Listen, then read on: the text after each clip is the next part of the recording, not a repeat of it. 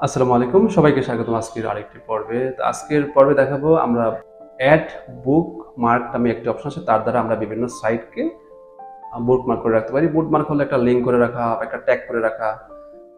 একটু খোলাসা করে বলি, যেমন আমি অনেককে দেখেছি অফিসে কম্পিউটারে একটা ওয়েবসাইটে ঢুকবে, উনি প্রতিদিন এসে ওই ওয়েবসাইটের নাম লিখে এন্টার দিয়ে প্রবেশ করে, মানে কয়েকটি স্টেপ পার করে এন্টার দেয়। এন্টার দেওয়ার পরে গুগলে সার্চ করার পরে সেখান থেকে আসে, সেখানে আবার ক্লিক করে তারপরে লগ ইনে যায়, তারপরে পাসওয়ার্ড দেয়, এই করে সেই করে।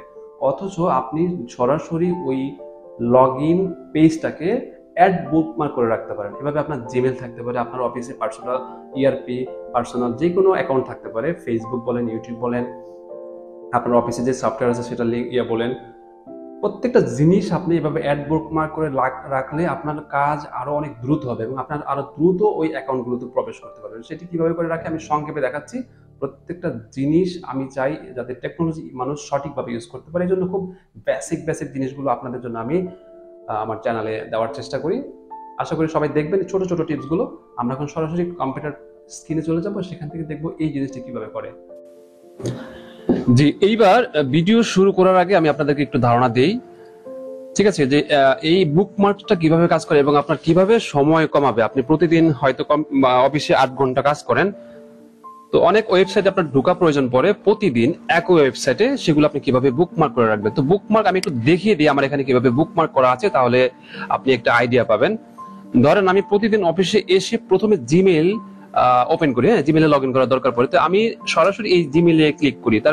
তাহলে ক্লিক করলে আমাকে সরাসরি জিমেইলের আমার যে জিমেইল অ্যাকাউন্ট আছে, সাইন ইন আছে, সেখানে নিয়ে যায়। আমি সেখানে পাসওয়ার্ড দিয়ে প্রবেশ করি। তারপর আমি দেখাচ্ছি আমি প্রতিদিন আমাদের সফটওয়্যারে কাজ করা লাগে, ঠিক আছে। তো সেই ক্ষেত্রে করা লাগে কি, ওই ওয়েবসাইটে গিয়ে সেই সফটওয়্যারের লিঙ্কটা, মানে আইপি অ্যাড্রেসটা সেখান থেকে আনতে হয়। যাই হোক, আমার প্রতিদিন এই যে এখানে কাজ করার আগে হল ওয়েবসাইটে, তা আমাকে করা লাগে কি, ড্যাফোডিলের হল ওয়েবসাইটে গিয়ে ওয়েবসাইটের ইউআরএলটা ওখানে গিয়ে, মানে কয়েকটা স্টেপ পার হয়ে গিয়ে আমাকে লগ ইন করতে হয়।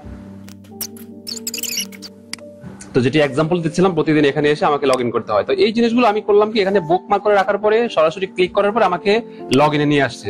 তো লগ ইনে আসার পর আমি ইউজার আইডি পাসওয়ার্ড দিয়ে আমি লগ ইন করতে পারি, ঠিক আছে। তো এই কাজটা প্রত্যেকটা জিনিস হইতে পারে।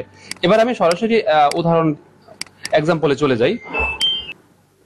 তো এই জন্য আমরা ধরেন ওয়েবসাইটে আমি প্রতিদিন একটি ওয়েবসাইটে ঢুকে কিছু আর্টিকেল পড়ি, হ্যাঁ। আর্টিকেলটা হলো এরকম, যেমন মাসিক আল কাউসার একটি স্বনামধন্য ইসলামিক ওয়েবসাইট। যা হোক, আমি একটা উদাহরণ হিসেবে দেখাচ্ছি। আপনারা প্রথম আলো, বিভিন্ন পেপার পড়েন বা বিভিন্ন ওয়েবসাইটে প্রবেশ করেন, তো সেই ক্ষেত্রেও ফার্স্টে আমরা করি কি, আল কাউসার লিখে সার্চ করি, করার পর আমাদের সামনে ওয়েবসাইট আসে, আসার পর আমরা সেখানে ক্লিক করি। তো সেখান থেকে ঘুরতে ঘুরতে আমাদেরকে সেই পেজে নিয়ে যায়।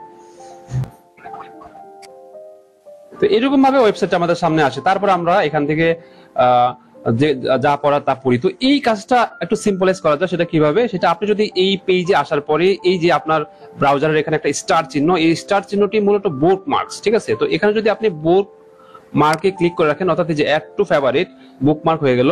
তো এখানে আপনি চাইলে এটাকে অন্য কোনো নাম দিতে পারেন, যেমন আমি এটার নাম দিলাম আল কাউসার। এটা লিখে আমি যদি ডান দিই, তাহলে এই নামে এটা সেভ হয়ে থাকলো। এটা সেভ হলো কোথায়, আমি যখন ব্রাউজার ওপেন করব তখন দেখবো যে এই যে উপরে এগুলো সব আমার বুকমার্ক করা। তো এই বুকমার্ক করাটা এখানে একটা লাইনের মধ্যে দেখাচ্ছে না, কারণ এখানে অনেকগুলো বুকমার্ক করা আছে। তো আমি যেটা একটু আগে করলাম, সেটা এই যে এখানে একটা চিহ্ন আছে এরর, এখানে ক্লিক করার পরে এই যে দেখাচ্ছে এই যে আল কাউসার। তো আমি যদি এবার প্রতিদিন এইভাবে না এসে এভাবে বুকমার্ক করে রাখি, এভাবে ক্লিক করি এই বুকমার্কে, তাহলে সরাসরি আমাকে এখানে নিয়ে যাবে। তা আশা করি বুঝতে পারছেন। আমি জিমেইলটা দেখাইলাম, যেমন আপনি যদি এখানে লেখেন জিমেইল সাইন ইন, লেখার পরে তো এই যে সাইন ইন এর পেজটা, ঠিক আছে, এই যে সাইন ইন করা, জিমেইলে লিখে সার্চ করা, তারপরে সাইন ইন পেজ আনা, ঠিক আছে। তারপরে এখানে আমরা করি কি, আমাদের ইমেল অ্যাড্রেস লিখি তারপরে পাসওয়ার্ড দেই, মানে অর্থাৎ 2 থেকে 3টা স্টেপ পার করে আনতে হয়। তাহলে আমরা করতে পারি কি, এই জিনিসটাকে এই যে এখানে বুকমার্ক দিস, এখানে ক্লিক করার সঙ্গে সঙ্গে আমাদের এটি বুকমার্ক হয়ে যাবে, ঠিক আছে। অলরেডি বুকমার্ক করা জিমেইলটা আছে। যদি কোনো বুকমার্ক কে আপনি রিনেম করতে চান, অর্থাৎ নাম যেটি আছে সেটি চেঞ্জ করতে চান, সাপোজ আমি এটা আমার বুকমার্ক হয়ে গিয়েছে, আমি এটাকে চেঞ্জ করব, এখানে ক্লিক করব, এটার মাউসের ডান দিকে ক্লিক করব, তারপর এখানে এডিটে ক্লিক করব, করার পর এই যেখানে নামটা আমরা চেঞ্জ করতে পারবো। আমি এটা হল পোর্টাল দিয়ে সেভ করেছি, এটা হল পোর্টাল দিয়ে সেভ আছে, ঠিক আছে। তো এখানে সেভ দিলে সেভ হয়ে যাবে, যেই নাম দিবেন আপনি। তারপরে আমরা নরমালি অনেক সময় আমরা অফিসে কাজ করি, এখানে এসে, ঠিক আছে। তো আমরা ইআরপি তে কাজ করি, ইআরপি হলো আমাদের একটি সফটওয়্যার। তা আমরা এখানে এসে ইআরপি সার্চ করি, তারপরে ইআরপি তে আসি, তারপরে এখান থেকে খুঁজে খুঁজে আমরা কোনটায় কাজ করব সেটা বেছে নেই। তো এই যে এখান থেকে যেখানে আমরা কাজ করি, এই জিনিসটা এতগুলো স্টেপ না করে আমরা করতে পারি কি, এখানে এনে আমরা যদি এই যে স্টার মার্কে ক্লিক করে অর্থাৎ বুকমার্ক করে রাখি, বুকমার্কে ক্লিক করলাম, তখন আমরা এটাকে লিখে রাখলাম। আমাদের যেই নাম আছে এই নাম দিয়ে রাখতে পারি, বা আমি চাইলে আমার নাম দিয়ে এভাবে রাখতে পারি, আমার মতো করে নাম দিয়ে রাখতে পারি। ডান দিলাম, তো এটা সেভ হয়ে গেল। দেখুন এই যে এখানে ক্লিক করার পরে এই যে এখানে দেখাচ্ছে ইআরপি। আর যদি কোনোটা ডিলিট করতে চান সেক্ষেত্রে সেম ভাবে এটা এখানে মাউসটা আনবেন, আনার পরে মাউসের ডান দিকের বাটনটি ক্লিক করবেন, করার পরে এই যে ডিলিট আছে আপনি ডিলিট করতে পারবেন। আর যদি চান এটা সামনে নেওয়ার জন্য, যেমন আমি যদি চাই জিমেলটাকে সামনে পিছনে নিব, সেক্ষেত্রে এটাকে এভাবে ধরবো, মাউসের বাম দিকের বাটনটি ক্লিক করে যেভাবে আমরা এটা আগে পরে নিতে পারি। তো আশা করি বুঝতে পারছেন এই শর্ট সংক্ষিপ্ত টিউটোরিয়ালে যে আপনারা কিভাবে বুকমার্ক করে আপনাদের ওয়েবসাইট গুলো এভাবে লিঙ্ক করে রাখতে পারেন এবং আপনারা কাজের ক্ষেত্রে আরো দ্রুত আর সময় একটু অপচয় থেকে সাশ্রয় করতে পারেন।